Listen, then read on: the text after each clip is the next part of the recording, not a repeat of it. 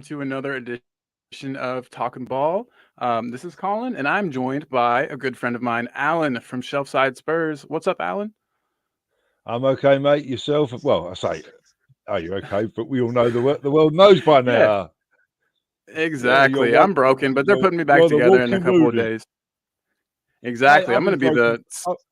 I've been broken for 30 odd years, so don't worry about it. Exactly. And I figure I'll be closer to the $6 million man after this operation, and some kind of cyborg maybe. Maybe I'll get even better than before. Who knows? You never know. But Spurs, gosh, we're back. Spurs are playing again today, which is hard to believe. It seems like the loss against Middlesbrough was a long time ago now. Yeah. Oh yeah. I mean, let's look on the bright side, Colin. You could go on, have your the operation and put you under, and you never know. You might come out with a memory loss and forget what team football you support. You might actually end up picking a team that wins. Hello, Iggy. Oh my gosh! And we've got Ian with us as well. Guys. Yeah. Doing well. How about yourself, Ian? Yeah, I'm doing okay. Well, hey, we got one more guest joining us today. I'm doing okay. Who's coming? Bro, the Daggle Man. Brian Daggle. First of all, good morning, Colin. I can say good morning because I'm on your time zone. Good afternoon, How's Alan. It feel? Good afternoon, Alan. Ian, long time, loving the mug. The mug, Ian. Loving the mug. And it's good. It's good to see you. It's been way too long to do a stream with you, buddy. So it's a pleasure to see you. You know, I've been away, so I was away 10 days. So I've just come home. But I enjoyed the going away party. I enjoyed the going home party. Yeah, I always say whenever I fly home to London or I fly home to Toronto, and I'm like, so I'm at the airport leaving home to go home. It's obviously it's wonderful to be back in Toronto. As much as I miss the people and everything, and the family and the Tottenham Hotspur community. When I'm in Toronto, I miss the people in England. I miss Tottenham. I miss being with people. Obviously, Superman, my nephews, my niece. But that's what I miss. I don't miss England. I miss the people and things within it. Yeah. When I'm in England, I miss Canada and the people in it. And of course, did your wife get a mention then? Yeah, my wife is the whole thing. My wife is my wife. Honestly, do you know what as well? You know what it is, Ian? Just quick to go off. I met my wife in Israel, in Tel Aviv. Yeah, I know. And then she went back to England. I went back to Canada. I fell in love with her at first sight. I sent her a long email as soon as I arrived back in England saying, I love you, I love blah, blah, blah, blah, blah. Anyway, for 6 years, we kept in contact. But then, obviously, we got together. Within 6 months, we were married. And then for about a year, we had this, long gaps between each other because of visas and because of, obviously, being with each other. But then when she came to England, obviously, that went. And then when I moved to Canada. But thankfully, our marriage is very, very strong. And we've had these gaps. Obviously, these last two were uncalled for because of Bob and going back after COVID.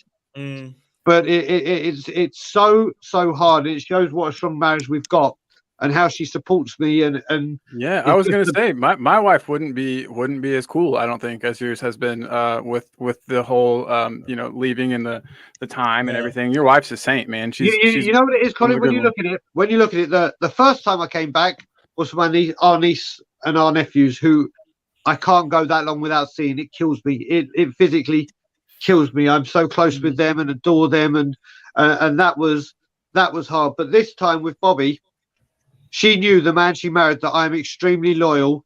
And when it comes to people that are considered I have to be there, I have to do my. Unfortunately, when my grandma passed away 10 days after I moved to Canada, that not getting to say goodbye and that flight home was awful for me. Yeah. And then obviously, thankfully that didn't happen with Bobby, but with COVID and having to get your vaccines, or not your vaccines, your test, and then booking and then get. So it's. She knew why. And she understood why. I mean, if I just said, "Listen, I'm pissed off, I'm going home," she would have said, "Made that a one way." But she understands. Right. Brian, I know there's a lot bit of self-indulgence here. I always assumed your wife was Canadian, and that's why you moved to Canada. She is. Oh, well, you said when she went back to England, and I thought, sorry, back to Canada. Sorry, Well, sorry, the other way around. When we both left this round, she came here and I went home. Yeah. But I then just wanted obviously to prove I was listening. you see, Ian, you've just spoiled the test I was going to do. And going Sounds like one of Tommy's quizzes. And going on that, Les, my wife of 27 years, nearly 28, has actually been trying to boot me out for a long time. Anyway, you know, it's been 7 at my household, and it's been 7 years so far in my household, and so far I'm still living here, so that's good. I haven't been asked to leave. Yeah. I think I have been questioned whether my love for Spurs is more than my love for her, but I just don't answer. I just don't answer those questions. You know, you just there's a wonderful till death us do part. You're all Alan's not, but the rest of you are way too young. Featured Warren Mitchell, who was an East End boy. West Ham supporter, but he was a big season. He wasn't. He was Tottenham supporter. You'd see him in the West Stand, and his wife says to him, "You support that West Ham more than you love me, don't you?" To which he replied, "I love bleeding Arsenal more than I love you, dear." You know. So. Oh God. and deep down, he was a Spurs supporter. He was a great man. But yeah, so it's 11 p.m. It's 11 a.m. here, brother Aaron. It's 11 a.m. We also got Daryl Denton in the house. Big up to everybody in the chat at this random time. Didn't even tell anyone I was going on, so to have you guys in the chat is lovely. Appreciate seeing every one of you guys. But gentlemen, are we excited or nervous about the game tonight? Nah, to be honest with you, I've got past that now.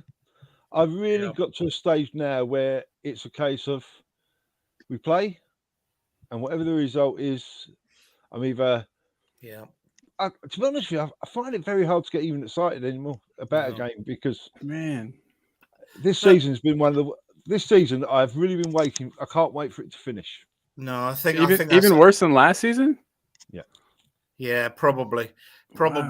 I think because there was a couple of times it held promise, particularly when Antonio Conte came. Yeah. Look at that. She's Look the at star of the show. Every show she gets on. You've never seen that woman before in your life, have you, Alan? Never met her. Alan, that's how you're doing things, huh? You just got all kinds of ladies up in there. I bet I'm not alone in thinking we're going to go on a run with Antonio. We're going to go on a really good run. We're going to win 5 out of 6 or something. And it's just not happened. And every time it's one good performance, one bad one. And I think like everybody, I'm really frustrated. There's a thing, one of the tweets I saw was Conte's going to get 100 million in the summer. I know we've all heard it before. There's maybe 150 going out the door. We need to spend $250 million if we're going to succeed. Have you seen the latest though, Ian? Well, apparently he's actually asking for season ticket money by the 29th of April. They've gone on sale today. Yeah, the 29th of April. I saw that, and that made me fear for the transfer window. Yeah. But yeah, I mean, do you know what? This action from him it's really annoyed me. Not because Levy and all that. It's like Manchester City did it for the first time this year, where they made all the tickets for the whole season available immediately. Because obviously, they have problems filling so you could pick and choose your games. You could buy your last game of the season in August. And that shows how bad it is with the fans. And then they keep saying we spend this money that we bring in, we spend the money that we bring in, and they're asking season tickets holders again, or people on the list. So again, it's kind of, well, you said you spend everything you bring in that comes in within the club. Yet you're asking for us, or not us, but the fans to start paying. It's not a nice thing to. It like you said, it worries me. It gives me more concern. But where you were saying $250 million in, $250 million.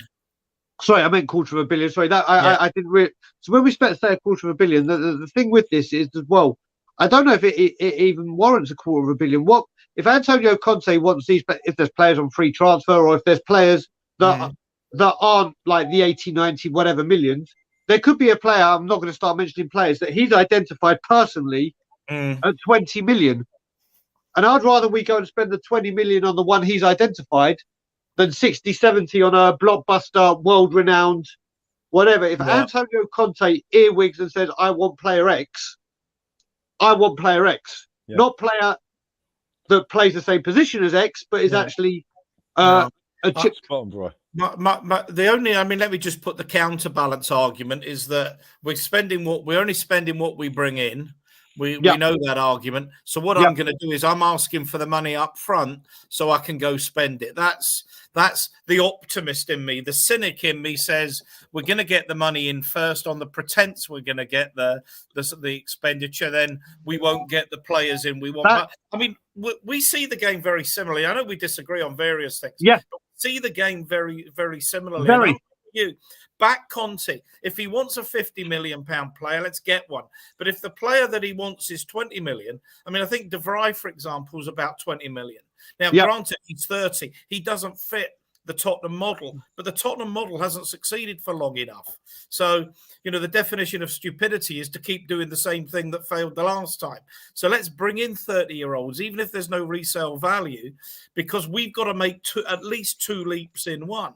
I mean, I think we can still finish 5th, but how on earth did Arsenal suddenly get 6 points clear of us? Yeah, exactly. But the thing you say as well that is so right is if this had been the Leicester chairman or the Liverpool chairman saying, right, we want the money early, we're going to blah, blah, you'd be like, okay, you've got a tried and tested record of investing, doing this and doing that.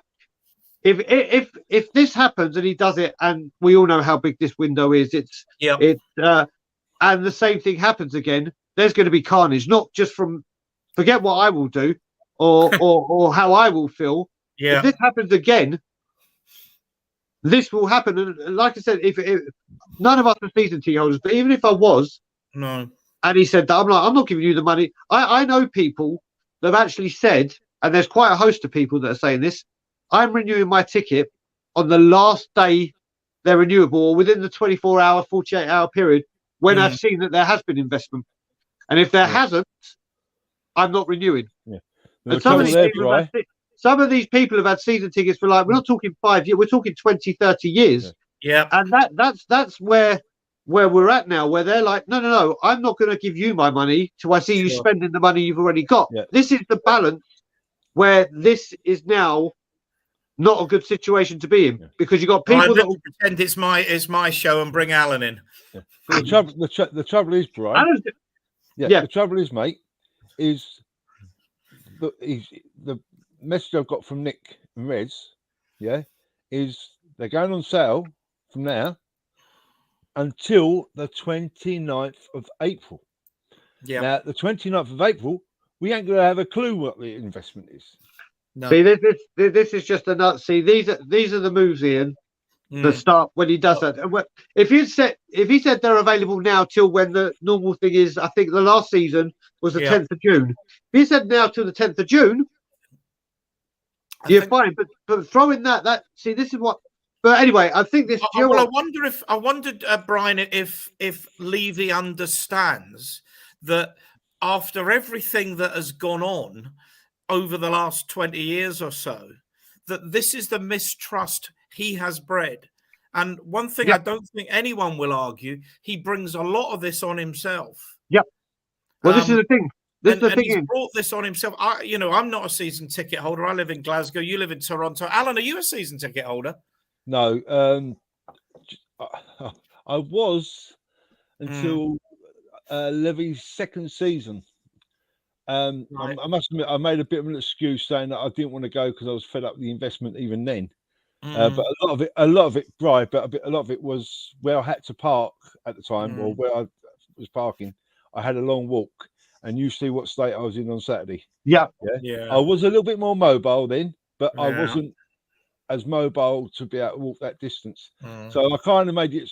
It was part of the excuse that I gave up because, I think we just re-signed Teddy Sheringham. No, the reason I'm saying is there's no one here, and I'm looking at who's on the chat. Tiago, Aaron, and Khalid. None of them, I think, are season ticket holders. It would be really interesting to know what the season ticket holders make of it. But do you know what you got to remember as well, Ian? Is people who don't have the luxury of having that sort of money in the bank straight away and could just go, there you go, there's my.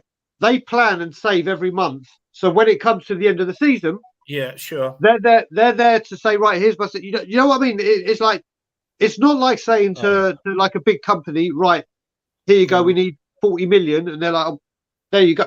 There's people there that aren't in a position that can just say, right, in the middle of April, when there's still kids, their kids could still be going to school and may need clothing, textbooks, or not just kids, but you know what I mean, or a car may break down, you need a new car, or your mortgage payments, and people just don't. There's not a lot of people in the world that can just go, here you go, here's £1,500, or whatever the amount is, and just say, it's a horrible. Do you know what it is as well, Ian? It's been a long time since you and me have been on the stream. I think even you look at it, and it's just.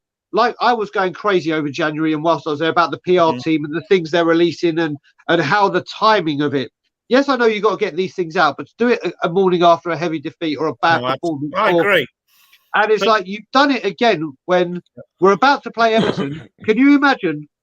I mean, there was one that I made a comment on when they were advertising their Skywalk being on The Apprentice, and within 27 minutes they had to take that down. Because of that, can you imagine the responses it's going to get if it's a bad performance tonight? With it, they just, I've said it before. I don't know what your views are. I think it's, as much as you know, I blame Levy and my feelings towards him. Course, yeah. I think because of him, I literally think there is a breakdown in communication. You know, like when they say the manager's lost the dressing room and what. I think in the whole organisation of Tottenham Hotspur. There's a complete breakdown in communications. A complete. What worries me? I mean, I've posted stuff about my dad with reference to the Y word, but he was in, he was a major Fleet Street journalist in his day, and then he went to work for the Beecham Group in PR, and then as a private. Someone else has come back in. Oh, Scott. Keep going. I'll talk after you're done, Ian. Keep going. That's okay. And I don't know who organises the PR. I can't even remember what message it was that came out after that big defeat by Southampton. But you don't put out. Someone needs to be saying there. We hold that message. We hold that message back for a couple of days, so it doesn't look like we're deflecting. It would be far, far better, for example, with putting out the message about the season tickets.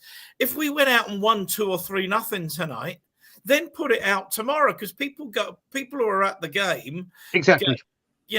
Come away all happy. Things are going to move with Conte. There's going to be money. Yes, of course, we'll put the money into the club, which a lot of people do year in, year out. It's a lot of people in the chat. Mr. K is going to the game tonight. Bob, brilliant. Took 3 steps today. Hey, good man. Get in there, Bobby. Good man. So the PR, the whole way and it does worry me, Brian, about the way that they run the club. Do they think, they are just consumers, they are customers, and it's our business, and we'll do what we want? Or are they generally insensitive? Is the PR at the club so poor that that someone doesn't say, look, it's not always the message. Sometimes it's the way you explain the message, and when you put that message out, that's important. No, I don't get that. I just don't get that at all. Yep, that's unfortunate. It's unfortunate where we are, but I can say, Scott, go on, you go, and then we can actually. Colin's he's on the phone at the moment, so can't come on, but he's actually put a question for us to talk about. We've completely. Neglected that. So, Scott, have your say, and then we'll go around the table with the question. I mean, like Ian was saying, there's not many people that have the season tickets, and obviously I don't either. So I don't have much. I will say, when you see somebody like Ian, who's, I'm not going to label you Enoch in, but generally more supportive of the club than us Enoch outers, right? And you're questioning it. I think it kind of shows this isn't just people questioning it to have a moan or using it against Levy. It's another odd move by them. And what's concerning is it's not like it's a football move where we've seen kind of those odd things. Like these are the things that Levy should be getting right. You know what I mean? These are the kind of things that are outside of football, that are business related, that he should be getting right. So it's kind of, I think it's frustrating. And I just echo what people have said. It's odd. And another time where he's kind of tripping over his feet for no reason, in my view. But I mean, he's an incredibly smart man, Scott. That's what gets me. He's a really, really intelligent man. But maybe he's too intelligent for this kind of environment, because we're not customers. Fans are not customers. Ian, you know what he's also set himself up for today, and then after I've said it, I'll have my I'll have my talk about Bentancur. But what he set himself up for now, if it's a bad performance, he's made what could turn, at any given point in that stadium could turn because of what's going on. He's now put more petrol on the fire. That if it's a poor performance, if that they could be like, well, you're asking us for money. This could actually start, if it's a bad performance, another cry, Levy out. Which is ridiculous. But getting away from that man, because right, let me put another scenario to you. Conte has told him, I will be here till the end of the season, but I will not be. So I don't know when the season ends, 15th of May or something like that. So he doesn't want to make the date the 14th of May or anything like that, because that would really look cynical. So Conte's told him he's going. So again, he wants to. I don't know. And I mean, Scott's right. I'm broadly. I mean, I'm supportive of the club. I don't have a pro Levy. This is why I hate this Levy in title. I mean, I don't think there's any such thing as a Levy in. I just think careful, because we might see with Chelsea. You see what the Glazers have done at Manchester United. Do you want Newcastle? I just park that for now. But if Conte has told him that, and that's the mistrust that Levy breeds, then there would be a lot of annoyance if people have, renewed season tickets on the basis. I mean, I believe this is a big window. I believe Conte is the right man. I believe he needs to be backed. And I think if he's backed and supported, he can get this club probably within 2 years back challenging for, in titles. He challenges for titles. He's not there to win the Europa League or whatever. He's there to challenge for titles. Yeah. So, but that's the mistrust he breeds, and probably Scott's right. If I'm feeling that, I'll try and be objective. I mean, I'm not blinkered where it comes to the failings of the board. And you know what? I don't know who's the other person that's joined us, because I can't. There's no name. No name. It's Big Bad Barry. Oh my God, Nick Barry, get rid of him. Something inside so strong. Oh no. Oh no. But yeah, as Colin said, let's go around about Bentancur starting. Well, let's do Bentancur starting, and we'll start with Nick Barry, Sean, Phil, Grant, and then we'll go round Scott and everyone. We'll go from bottom to top. So Nick Barry, Sean, Phil, Grant, Arthur Frank. God, I feel like I'm doing the Hot Shot Tottenham song with just EastEnders characters. You're doing the Tottenham lineup with EastEnders characters. Number 1 is Barry. Number 2 is Sean. Exactly. Thank you, Bobby. I love you. Yeah, no, do you know what? Before I get you to speak, Nick, I have to say this, because obviously Ian came on a show with me on Bob Spurs channel to talk about Levy in, Levy out. And obviously, I have to say, from the first time I met Ian, I thought he was staunch, like the exact opposite of the spectrum to me. And people have got to remember this, and they have to remember this clearly, and I'm saying this. Just because people are Levy in or Levy out doesn't mean they can't talk football, or it's not like, right, oil and water and you can't mix. I've got a lot of respect for Ian. I've got a lot of time for Ian. Ian and I come on the street, and like Ian said at the beginning of this stream, we agree on pretty much everything. Everything when it comes to the club and Tottenham, apart from this part, because Ian looks at it one way and I'm so far gone. I am so far gone. I am probably the most extremist of extreme that you can find. So yeah, Ian is anything but. Ian is as I say, if Levy who, which is a completely fair argument. I'm at the point where I'm like, I don't give a monkeys. I don't give a monkeys. But Ian looks at it that way. But Ian and I get on very, very well. Yes, we clash on a couple of discussions, but it doesn't mean that I can't speak to him. I don't get on with him. I don't have a lot of time for him. I don't respect him. I love being on streams with you, Brian. Love it. I think we always it's fantastic. Bounce off each other. It's so much fun. Completely. But now getting back to you, Nick, Bentancur to start. Would you start him? Well, first of all, do you two guys want to get a room? I don't. All I'll say to that, Nick, is does Arthur Truman have some room in his B&B? Yeah. Oh, of course, mate. Anything, whatever you guys need, mate. I'll get you the presidential suite, mate. I'll get you the presidential suite. Jealousy is such a sour emotion. It does you no good. Oh, dear. Anyway, Bentancur, does he start 100%? It's not even up for debate. He comes in for winks, and that's it. There's nothing really else to say. Even if he's 60-70% there, he comes in for winks. Yeah. I agree. That's what I would do as well.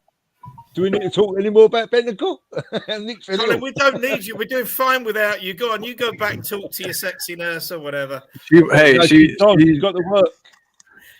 She was helpful. That was good at least, and I got some important questions answered before I go in for my big day. But yeah, it seems like you guys have been nailing it. Just people lining up to join in and talk about the wonderful, exciting Everton match tonight. So I was going to ask you guys. I had a banner for it, but are you guys more afraid of the Everton match tonight or the United game at the weekend? Oh, United by far. Yeah, I'm actually fairly confident about. I don't want to say confident because I'm never confident, but I think this Everton game will win. I'm predicting 3-1. I think that we will win this game. I don't think from what I've seen watching them play, they don't seem to have much organization in their team. They can press, but Richarlison loves to go do his own thing, and you know what I mean, and easily can get off the track. So I think this is a game where Kane and Son are going to be able to find holes in their defense, and I think that we'll do well. What concerns me about United is that they have the kind of players that can really hurt us, and we have Bruno Fernandes in the midfield. Now, if we have Bentancur back, that's great. He might help, but if you're still playing Winks and Højbjerg, one of them are going to have to play, maybe both of them, and I worry about what that United team with their firepower is going to do against those kind of players. So, I think Everton, I'm not too bad. United, I don't think we have. I don't want to say we have no chance because we always do, but I'm pretty concerned about what that United team can do to us. I'm the exact opposite. Get a word in. I've got to ask, lads. Right, I was very confident about tonight, but I've seen a comment a little while ago from someone who's going, and he's only been to 2 games of Spurs, and we've never bloody won. So I'm now a bit worried. Is this Khaled you're talking about? I love you, Mr. K, but sorry. Mr. K's in the building. Big up my brother, Mr. K. We're going to have to sort out our goodbye hug and have a longer hello hug when I'm back in June. But you know what? I'm more worried about tonight than I am United. And the reason is, first of all, like a manager says, the most important game is the next one. And you think about that after. But also, at Man U, Tottenham will be like, the players will be like, we're at Old Trafford, here we go, big club, big stadium, here we go. Tottenham Everton is not it. Believe me, back in the day, this used to be a big fixture, but now with Everton in the plight they're in, and I'm just worried about the attitude. This is coming after a Middlesbrough performance, so they've got to come and put out a big performance. What I don't like as well is results haven't gone our way. So there's even more on this game because it's got to the point with me as well, as I've said it on various streams. Everton with Frank Lampard, and remember, Frank Lampard has never lost against Tottenham as a manager, and we all know his record as a player, being a Chelsea player. Didn't know that. Everton normally play or try to play, or Frank Lampard does, quite attacking, open, like he was a player. He likes to play that type of football. But when you're down, and I'm not just talking about Everton now, when you're playing a relegation threatened team, and there's no doubt Everton are in a relegation threat or relegation battle, when you're playing these kind of teams and like us, they'd snap your hand off for a draw. They'd snap your hand off for a draw and more focus about playing Burnley, Newcastle, Watford, and all the teams around you. And Frank Lampard is a very smart guy. Very, very smart guy. If he just says, listen, just sit back, stay organised, stay disciplined, Tottenham will get stressed out and you may be able to hit him on the break. If I was Frank Lampard, that's what I would be doing. That's what I would be doing. I'd say, right, because Spurs will get annoyed, the fans will get frustrated, and then we'll go. So I think they're coming to sit back and let us try and frustrate ourselves. So when it comes to what game scares me more, it's actually this one. I'm kind of on the same page as you, and that's why I asked the question. Like you said, Spurs always have been able to, it seems like be up for the big matches. I mean, Madrid, we played Barcelona and we got a point. It just seems like we do better. The players can work themselves up, can like G themselves up better for a game against what they consider to be like a top club. Sort of how like we couldn't really find any luck in the Europa Conference League because the players just couldn't get up for those games. And I'm worried about something like that tonight. The only moment is finally here. Lady Gaga is announced for the 29th and 30th of July. Tottenham Hotspur Stadium. What position does she play? Oh, mate, hopefully right back. Hopefully right wing back at him. I don't think, is that in the Kama Sutra? I don't think I've tried that one. Yeah. But no, so she's going to be at the Tottenham Hotspur Stadium? Yep, on the 29th and 30th of July. What a shame. I'm back in Toronto. I was going to say, are you flying back? No. But, I guess at the end of the day, let's hope that puts some money in the wallet, I guess you could say. But yeah, I think Bob Spurs got a good point here. And as always, very good to see you, my friend. But yeah, I believe that we'll beat United as well. I think we'll win both games. And I'm like the forever optimist that's like, it sets myself up for incredible disappointment. But I don't know. I mean, we know that Richarlison is hot-headed. I hope that Romero can really get under his skin today and really frustrate him, because we know that he's a really good player. He not always the most consistent, but he can definitely put him in the back of the net. And so I think that's key for tonight is nullifying and maybe even just kind of frustrating Richarlison.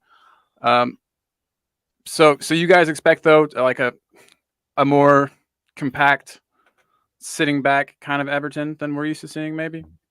Yeah, I think that's probably right. I think they'll probably let us have the ball.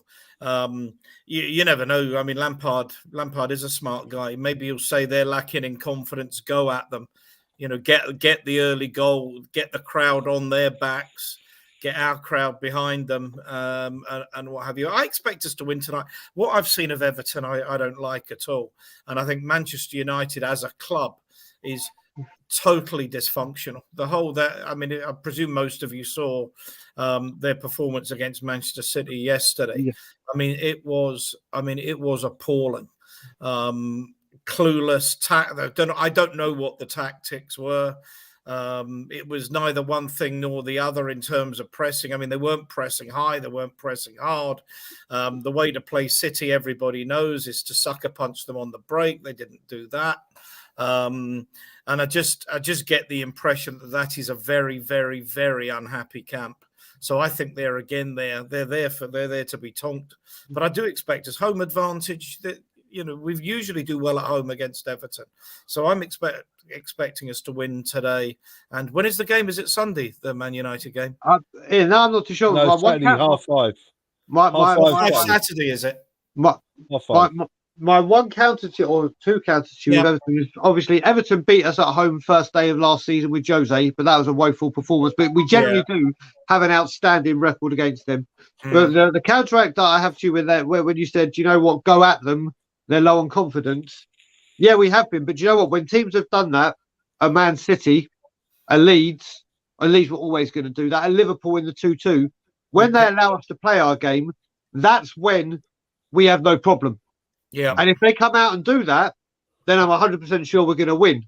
So, like you said, the Everton squad isn't up to much at the moment. So that's the one reason I'm saying he may sit back, because if he says go for them, he's just got to look at games when teams have gone for us or that we've exploited it. So that's, and then you look at a Middlesbrough, then you look at a Burnley, then you look at a Wolves, then you look at a Southampton.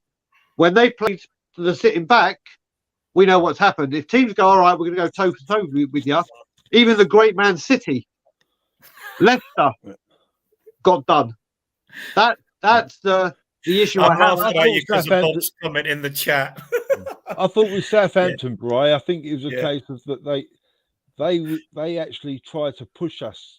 I think one of our biggest weaknesses is when teams push us really high up, like try and press us when we're in the area. Yep. 100%. And against Southampton, I just think we just didn't find, and Wolves, I didn't think we found a way round passing round. And yet we played Man City, who are one of the best pressers in the league, and we passed round them. And you think, well, why the hell couldn't you have done that against Wolves and Southampton? You know, they don't allow us to. Yeah. But as I say, so Everton's going to be a funny one tonight. It'd be a case of if they press us high at the top, they press us high at the one top, second back. Sit deep. If they sit a little bit deeper, then that could be the problem. A bit like Southampton. But it all depends. If they let us play it, like if they let us have the ball and they sit back completely, then it's going to be a draw because we haven't got the tools to undo them. I haven't seen a whole lot of pressing from Everton this season, but I also haven't watched all of their matches. But if I was to guess, I would guess it would be more of a sitting back and trying to soak up pressure than coming out and actively pressing us, just because I don't know how much they've got in the tank. They played well against Man City, though. They played well against Man City. The only thing I could say there was they were at home. So perhaps, the difference when they're at home.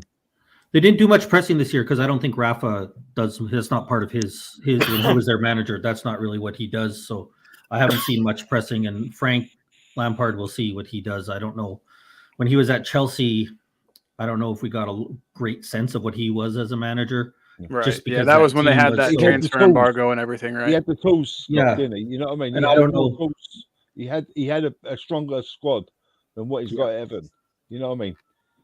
The players he had there was, he still had the good players playing for him. So. That's true. It's very true. It'll be an interesting one. I'm not gonna lie. I'm excited and nervous. It's I think that nervous excitement that just comes with being a Spurs supporter. You're always worried about getting pumped, but you've got to believe in the back of your mind that you can pump the other team. It's a tough one, but one that I'm excited for. Been that way since you were long before you were born, my friend. Just a twinkle in my father's eye. Yeah, well, something like that. It might be a twinkle in your father, in your granddad's eye. yeah, way back. And I think that's why we all love Spurs so much. I mean, it is weird that we are not quite.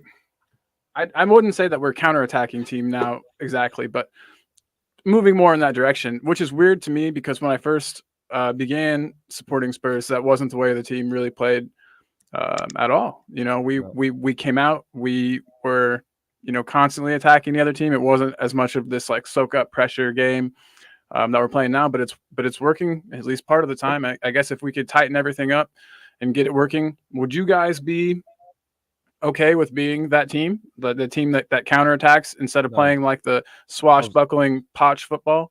I'd like to go back to Poch football. That's it. To be honest, as I say, it just gave me that wanting to watch the next game more. You know what I mean? At the moment, it feels like a chore. And I know, and even though we're better under Conte than we were under Mourinho, at the moment, watching Spurs is like a chore. You just don't know what you're going to get. a lot of stressfully, you know, hoping Alan, and hoping that their crosses lead to nothing. And Alan, you know. didn't you think that Conte and you, Colin, and Scott, and presumably the other two are off here temporarily, that Conte absolutely hit the nail on the head when he talked about, again, I talked Man United being dysfunctional, but some of the dysfunctionality about Tottenham. You keep changing the coach, but it's the same players. Yeah. You know, I think he was. I mean, he was telling Levy, you know, you can't keep, if you want to be successful, you have to get rid of the players. He's obviously identified who's not good enough. And there's probably some players that are starting regularly at the moment that are not going to be at the club next season. You know, I think it's going to be a massive, massive window. A hell of a clear out, and hopefully the quality in. And I agreed with what Brian said. Colin, you maybe weren't able to listen. I don't know, when it talked about the amount of money, and I said, well, you know, if there's 100 million, the club are going to find 100 million, and there's 150 million of sales. That's £250 million. And Brian, I think, made a good point that, you know, better off spending £20 million on a player that Conte wants than 50 million on, I suppose, what Sugar would have called Carlos Kickable, who comes over as a football mercenary. You know, and I think that's important. I mean, I talked about De Vrij, who's a player I really, really like. Could play anywhere across that back three, 2 good feet, strong as an ox. But he's 30. He's not a Tottenham signing. No resale value whatsoever, I would imagine, because you're going to give him 3 or 4 years. It'll be 34. You pay 25 million for him. There's no resale value. But that's what Levy is going to have to do. His business model has to change. You can't keep bringing in potential. I think one of the problems we have got, Ian. Yeah, one of the problems we have got, and I know it sounds silly, but we are now getting to a stage very close where we are going to have to look at homegrown or bringing our own through, because you can only have so many like international players from abroad.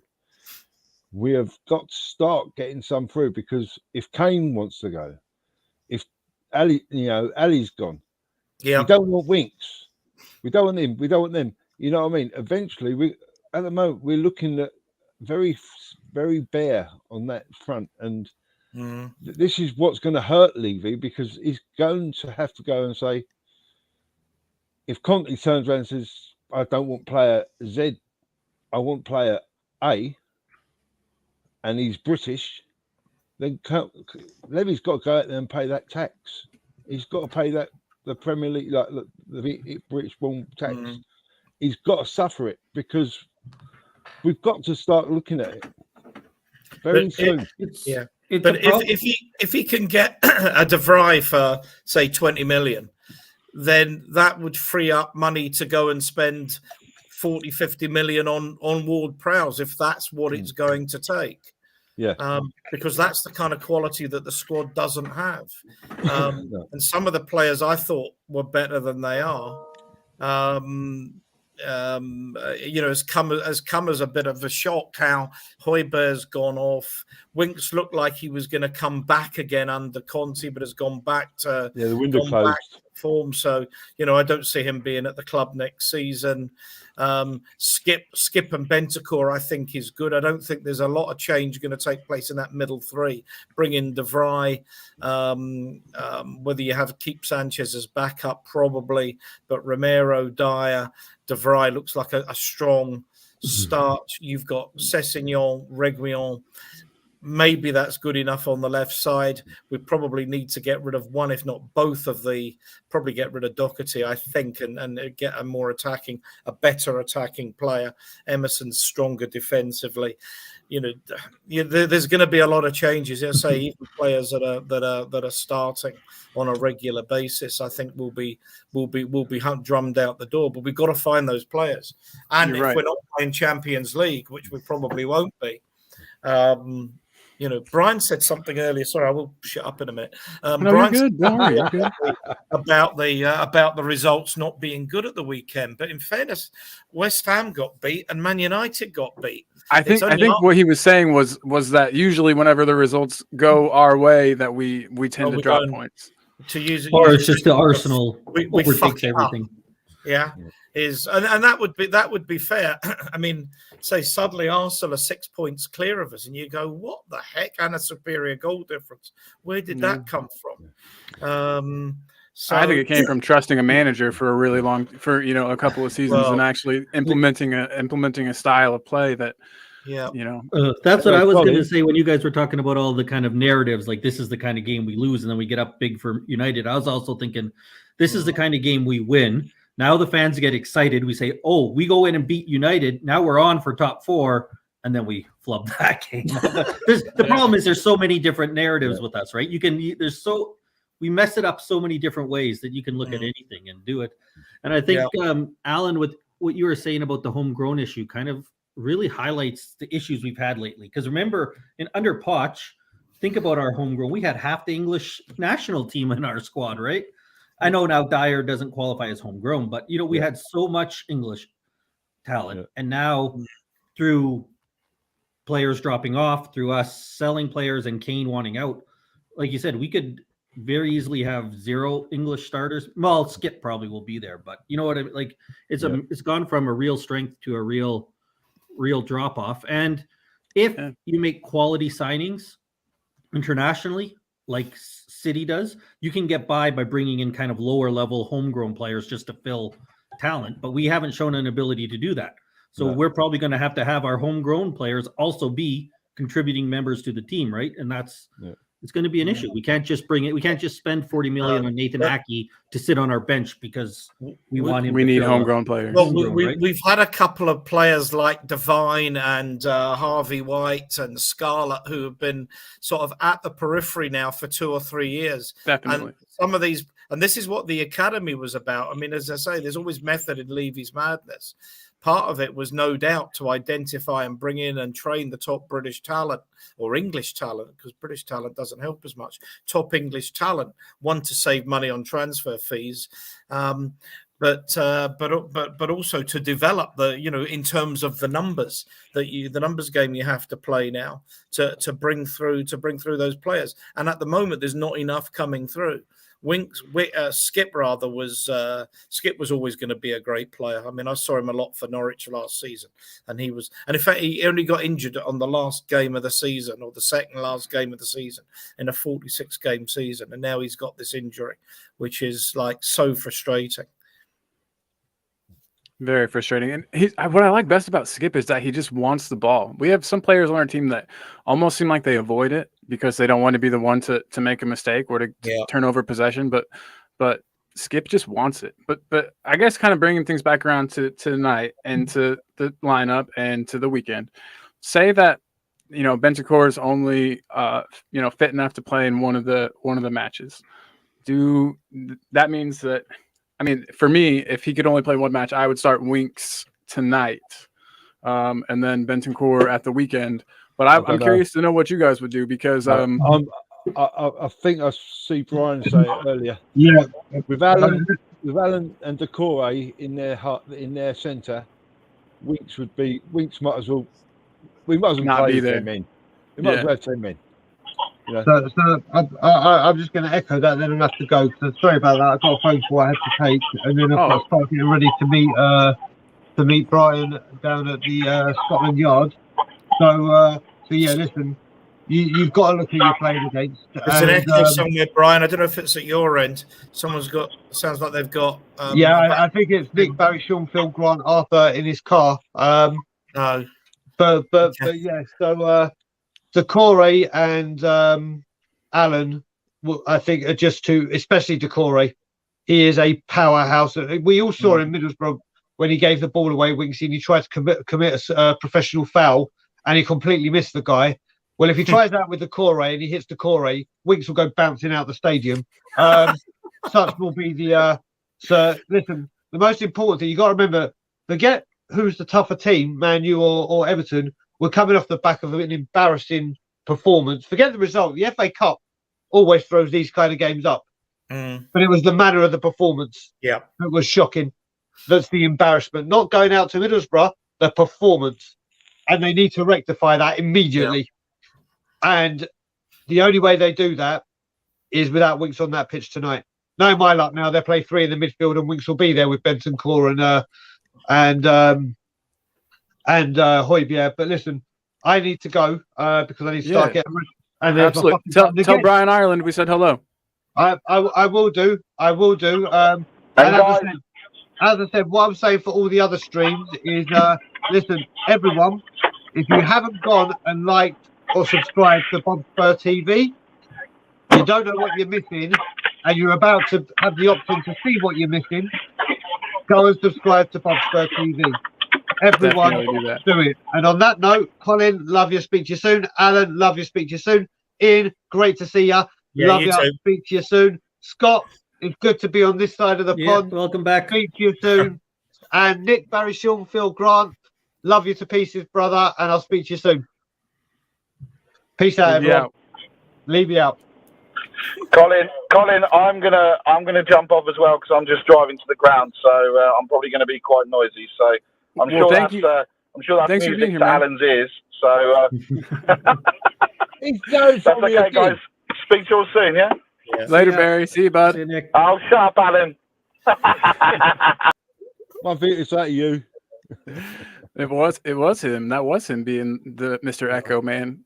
Yeah. Well, do you know what, Colin? I get so much grief from my fellow Shelfside boys. It's just not fair. They pick on me. It's like I'm the new boy and I'm being picked on permanently. Well, you know what? I'll take care of them. I'll speak with them and sort them out for you. Yeah, good boy. I'll get that fixed. Don't even worry about it. I just want you. I think I said on the chat, Colin, my builder's actually due in at 5. So if he comes, I'll just be logging off and heading off. I think you said you were doing an hour anyway. So yeah. I'm about ready to log off myself. But before we go, I just want to go around in a circle and get score predictions for tonight and the weekend from all of you. And we'll go backwards. We'll start with Scott. All right. I said earlier 3-1. I'm going to stick with that tonight. 3-1. Kane with 2, Son with another. All right. Never, like I said, I'm never confident with this group, but I don't think I've ever heard you predict a clean sheet ever. Well, 3-1, no clean sheet.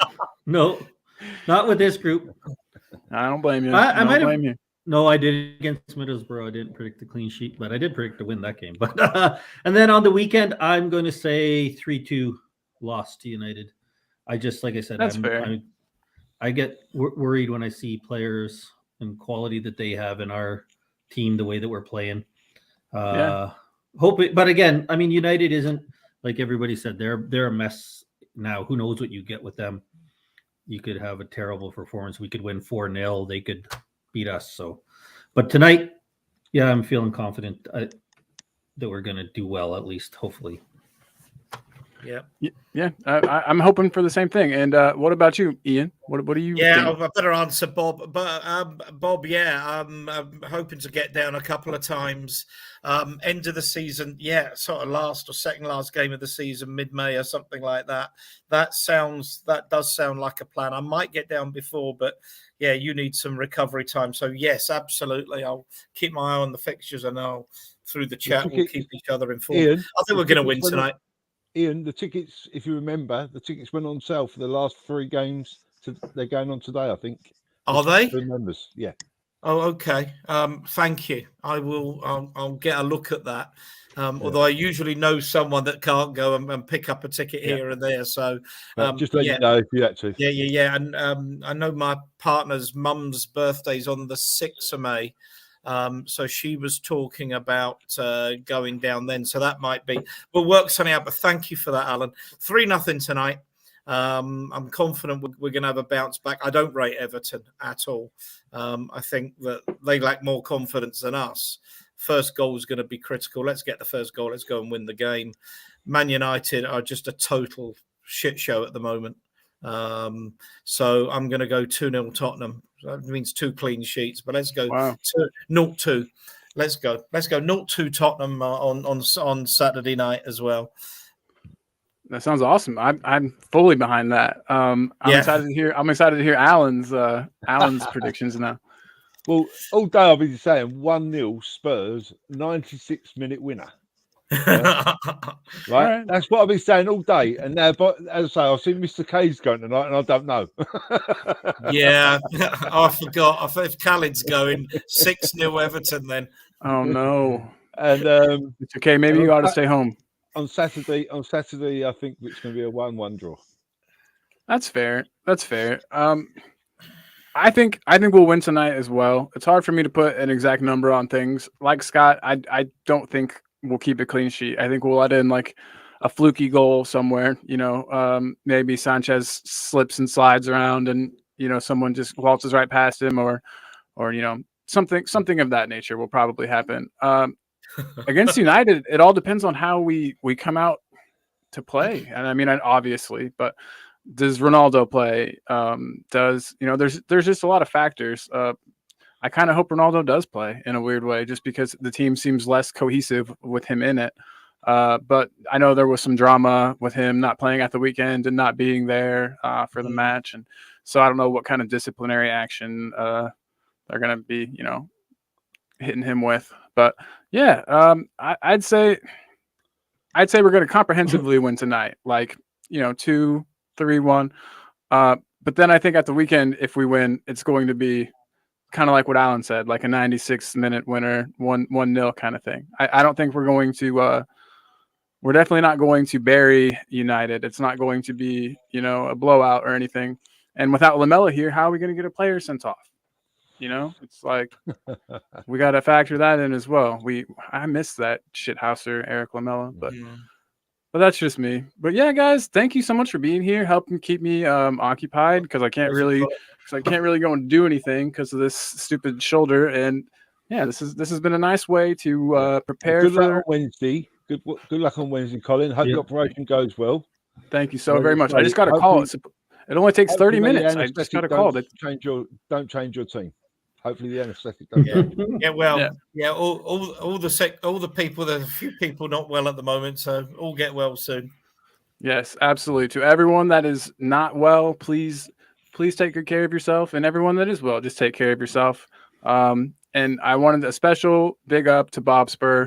We're all behind you, man. We've all been rooting for you. We knew you were going to get better, and you're proving us all right. Can't wait to see you on a stream, buddy. Can't wait. But with that, I think we will end today's edition of Chatting Shit. And thank you so much for being here, you guys. Thank you. Let's go. And should we end it with a Levy out? Levy out. Boom. I'm always like 10 seconds too